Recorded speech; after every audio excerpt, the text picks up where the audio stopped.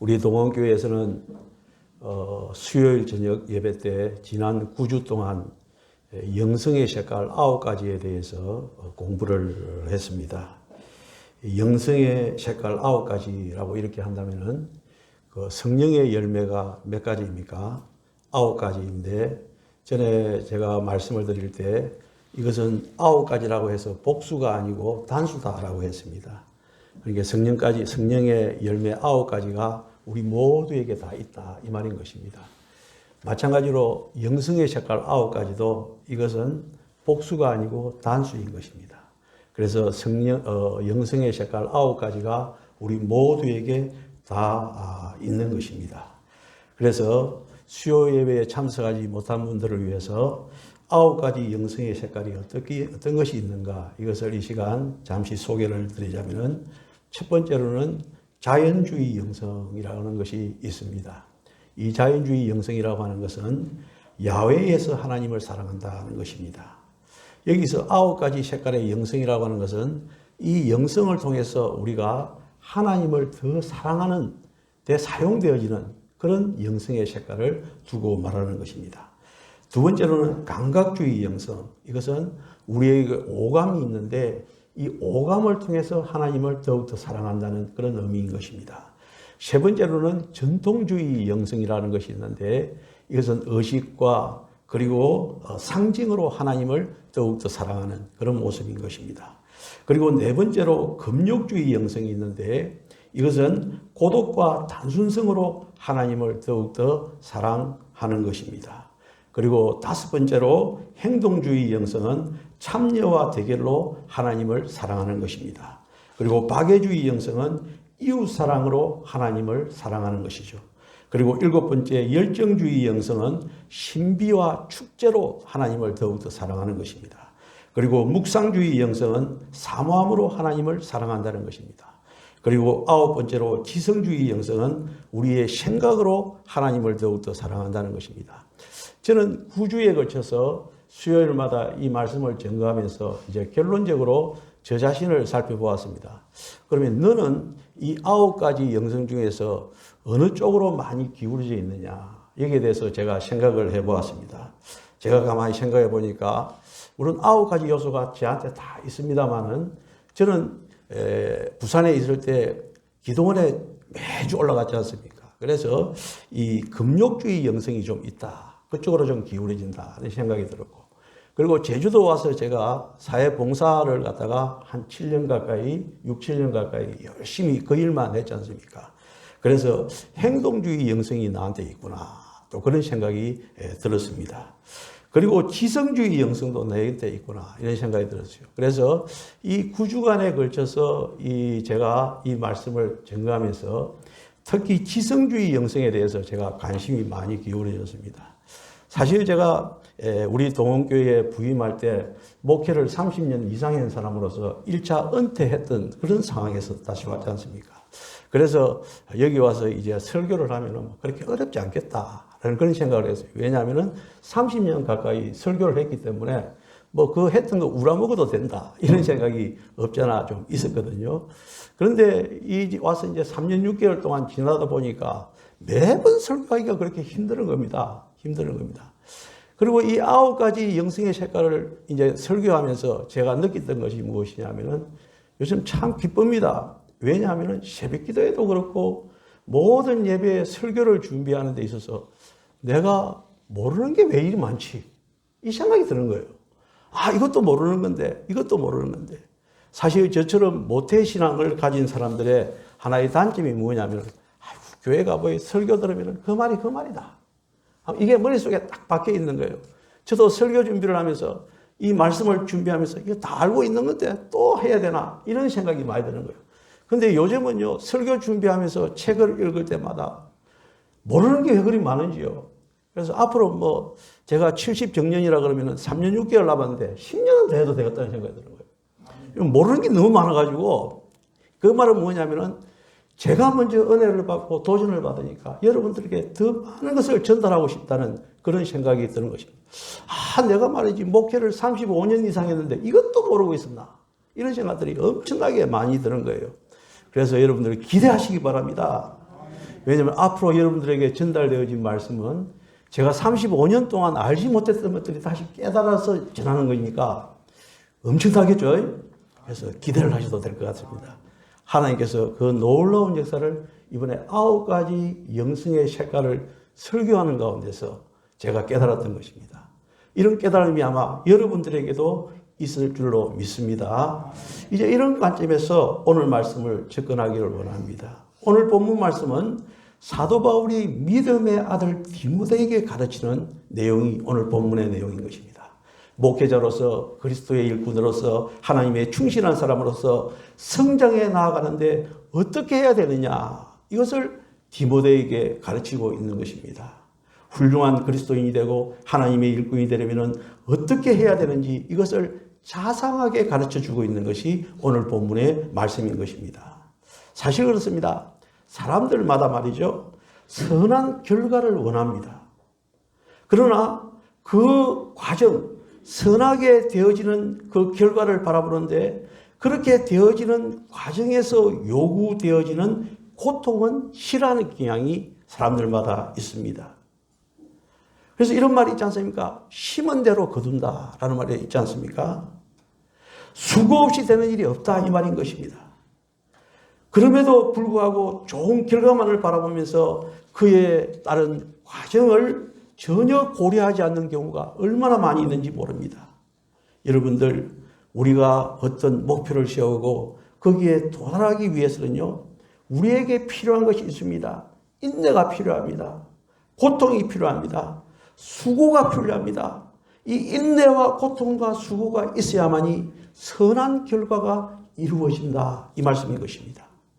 여러분들, 심지 않은 데서 거두려고 하는 사람, 가을의 추수를 바라보면서 땀 흘리기를 싫어하는 농부, 이것은 제대로 된 것이 아닙니다.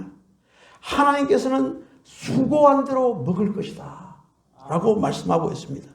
수고하지 않는 사람에게 가을을 주시겠다, 추수의 가을을 주시겠다, 전혀 그렇지 않습니다. 수고한 대로 먹으라, 이것이 하나님의 축복의 말씀인 것입니다.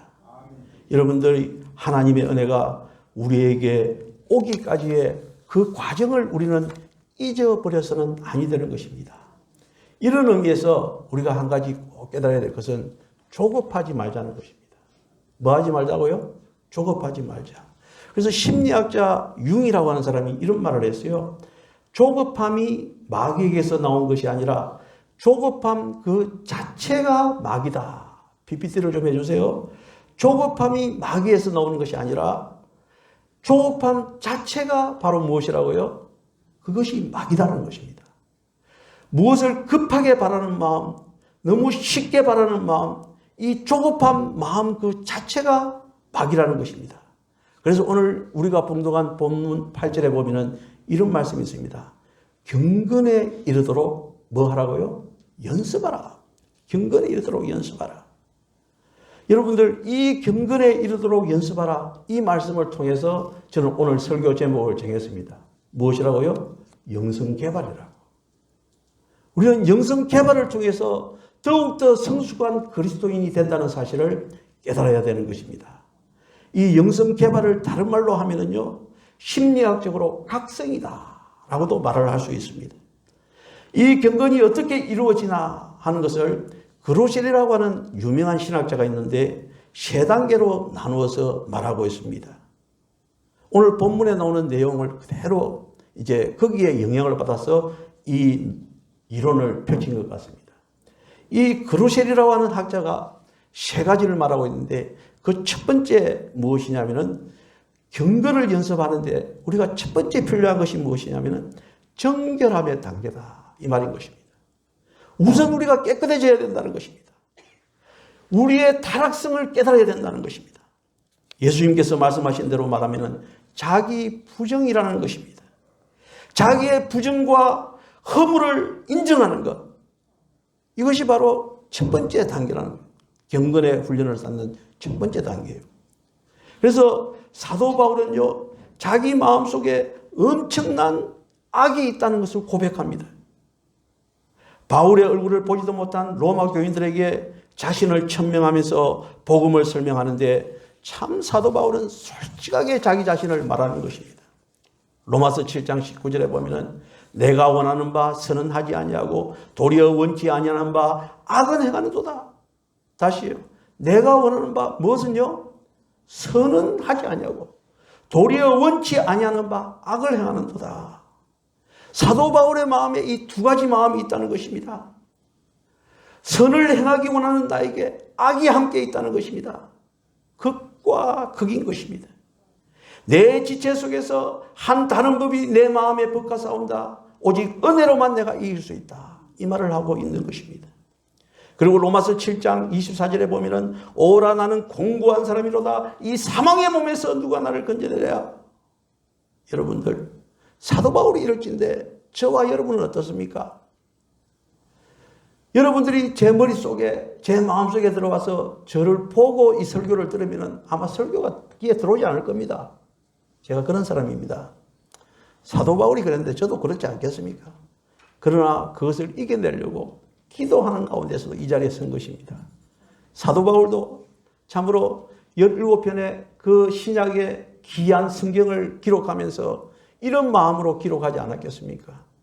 그래서 구구절절 은혜가 되어지고 제가 언젠가 말씀을 드렸죠. 정말로 이 사도 바울의 글을 읽어보면 성령님이 함께하지 않았으면 이런 글을 쓸 수 있었을까? 도저히 생각을 할 수 없는 정도로 아주 고귀한 말씀이 그래서 성경이 되어졌다라는 것을 알 수가 있습니다. 여러분들 우리 스스로 우리가 얼마나 악한 사람인가 이것을 깨달아야 되는 것입니다. 어느 목사님의 이야기입니다. 그 목사님이 신학교에 가서 이제 촛불 시간에 설교를 하는데 그 목사님이 이제 설교를 하는데 간정 설교를 합니다.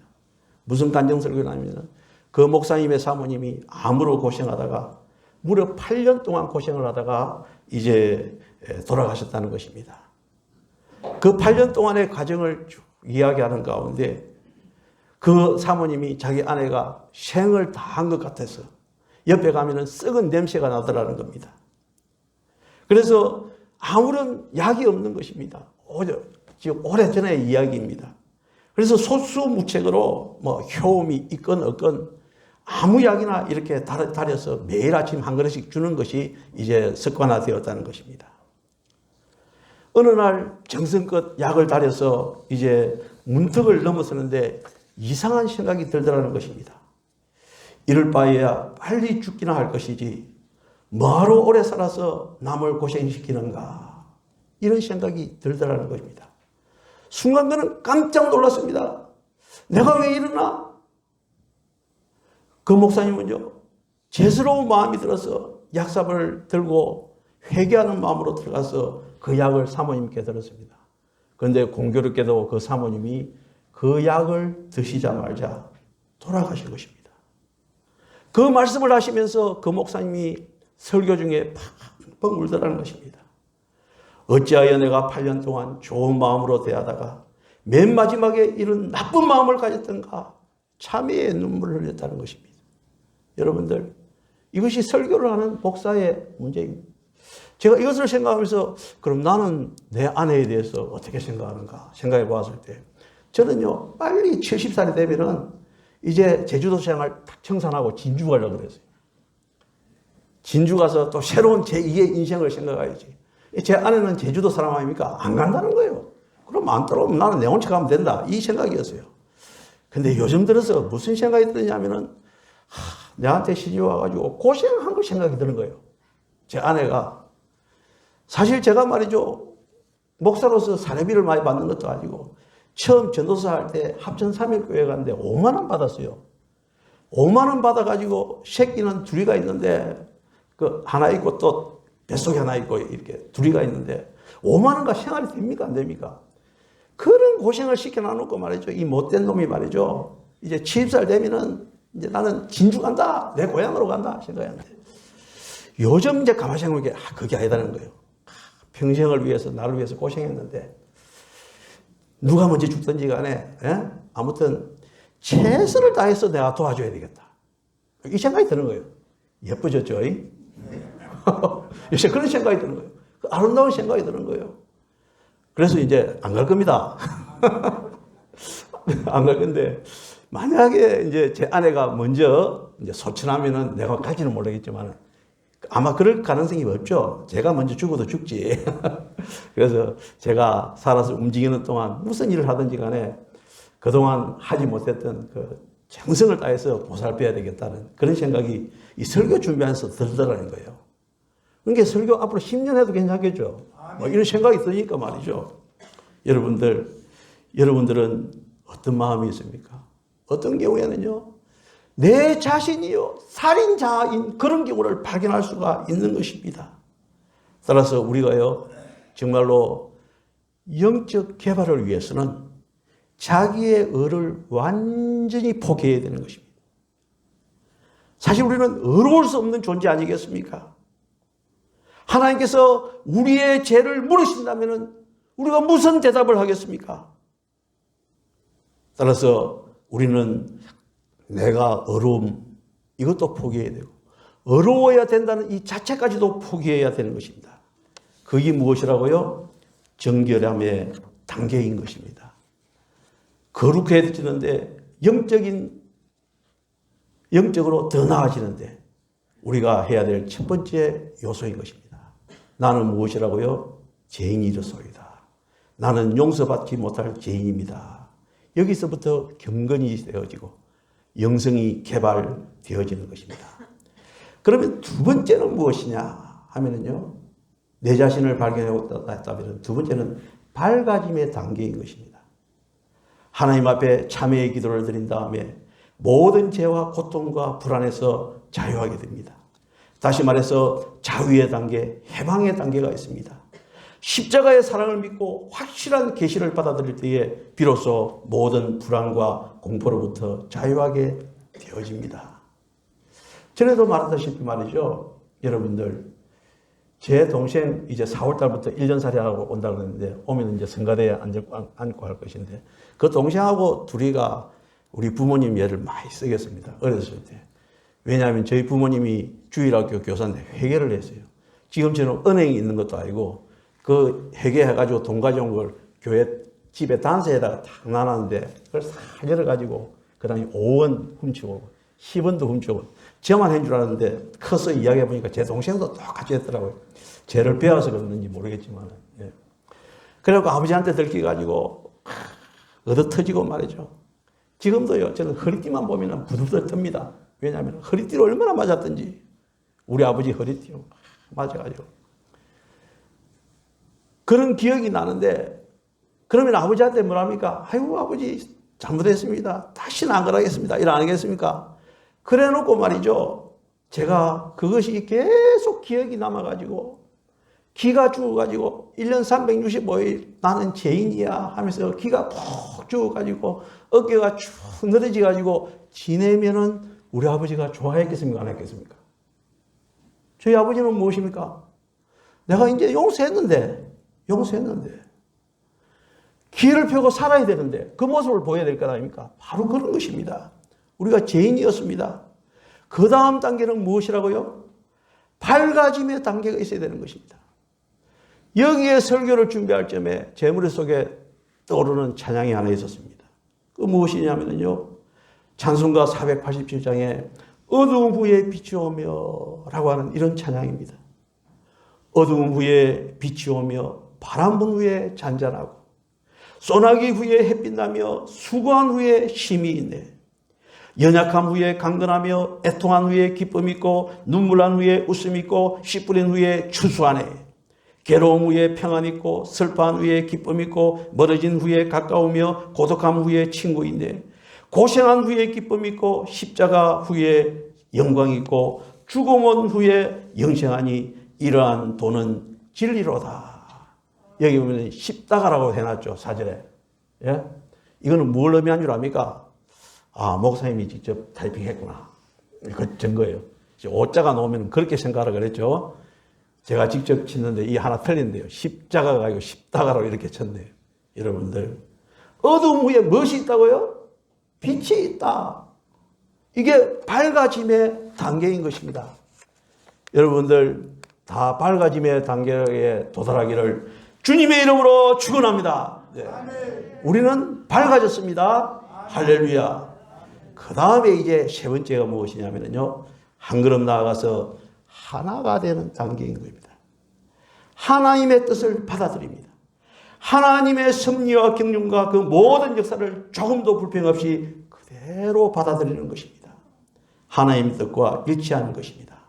하나님이 내게로 오는 것이 아니라 이제는 내게 오신 주님을 영접하면서 주님의 뜻대로 받아들이는 것입니다.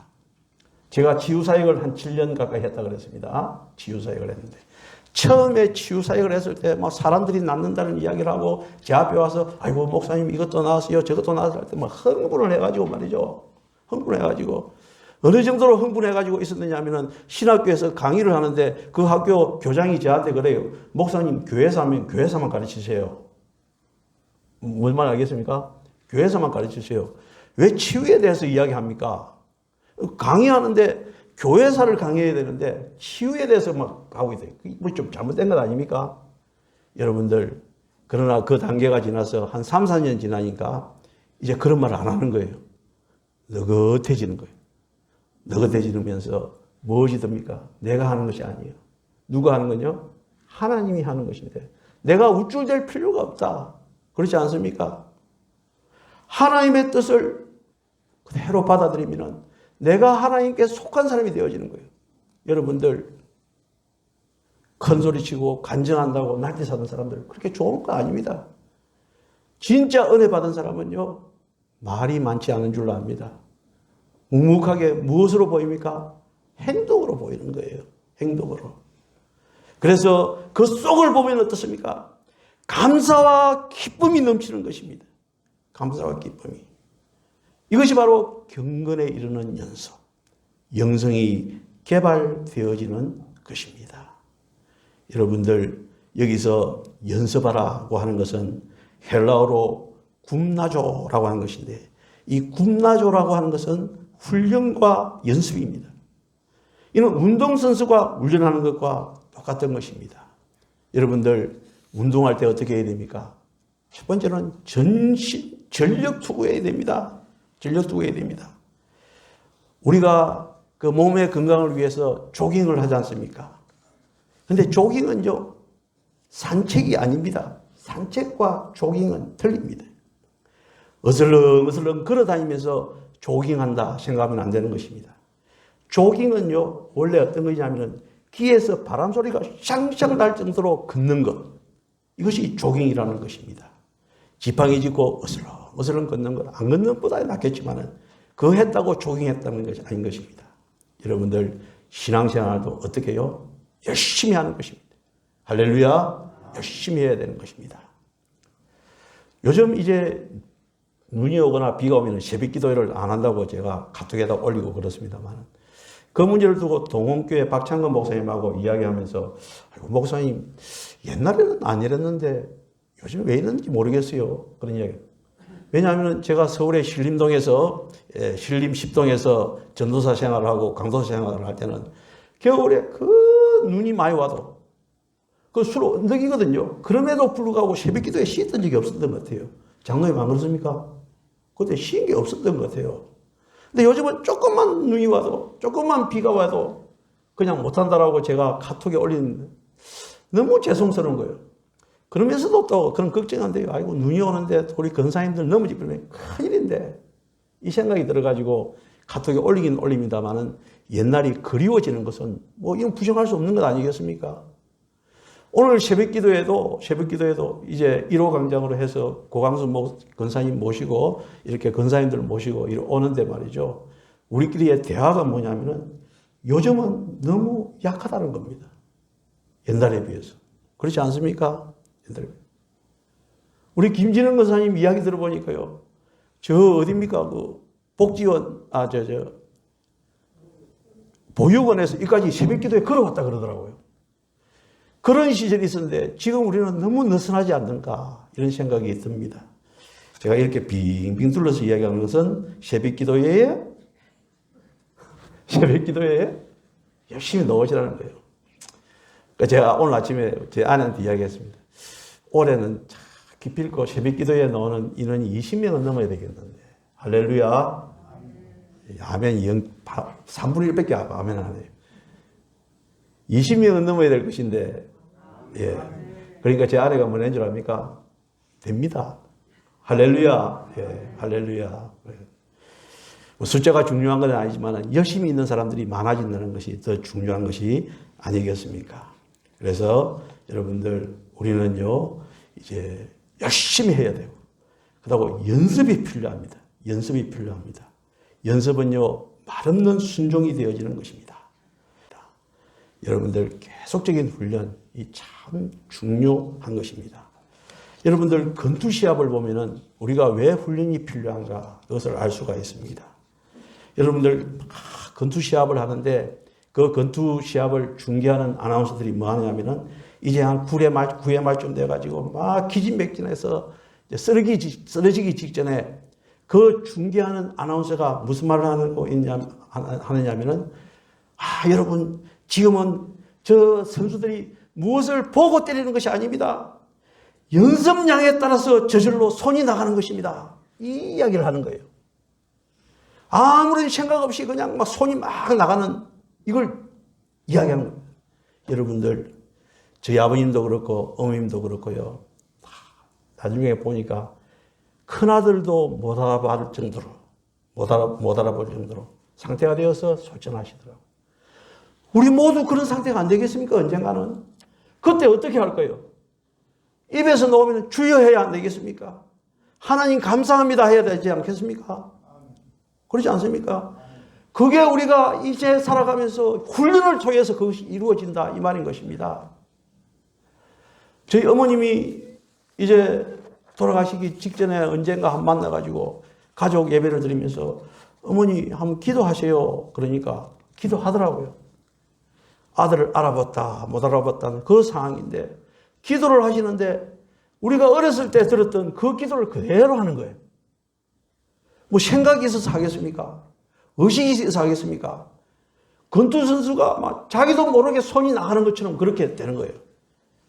그래서 여러분들 우리가 언젠가는 소천하기 전에 우리는 원하지 않지만 우리도 그런 다 과정을 거쳐서 아마 소천하게 되어질 것입니다. 어떤 사람은 생각합니다. 멋있게 말이죠. 나는 죽을 때 멋있게 죽을 거야. 아이들 다 모아놔놓고 얘들아 신앙생활 잘하라. 교회생활 충실히 하고 오직 하나님의 영광을 위해서 살아라. 꼭. 그러다가 가시는 분들이 몇 명이나 되겠습니까? 별로 없을 겁니다. 그냥 아무것도 모르는 상황에 의식적으로 나오는 거예요. 저희 사촌 형님이 목사로 돌아가셨는데 이제 돌아가실 때 중환자실에 있었는데 옆에 사람들이 불만이 얼마나 많이 있었는지 모릅니다. 왜냐하면 저희 형님이 아무 의식이 없는데 입에서 나오는 말이 할렐루야 하나님 감사합니다. 이걸 좀 작게 하면 될 건데 뭐 작게 하는지 크게 하는지 알 수가 있습니까? 그냥 중환자실에서 의식이 없는데 그냥 하나님 아버지 감사합니다 할렐루야 이걸 계속 하는 거예요. 옆에 사람들이 막 신경질이 나가지고 죽을 징인 거예요. 그 사람들은 신경질하고 죽을 징인 모르지만 제가 보았을 때는 얼마나 아름다운 일입니까? 의식이 없는 가운데서 할렐루야 아멘. 이게 바로 무엇이라고요? 영성이 개발되어지고 경건에 힘쓰는 그 훈련이 있을 때 할렐루야 그런 일이 일어날 수가 있는 것입니다. 아무튼 사랑하는 성도 여러분 경건의 훈련 영성 개발을 통해서 더욱더 하나님께 가까이 가고 하나님과 더불어 살아가는데 부족함이 없는 우리 성도들이 되시기를 주님의 이름으로 축원합니다. 기도드리겠습니다.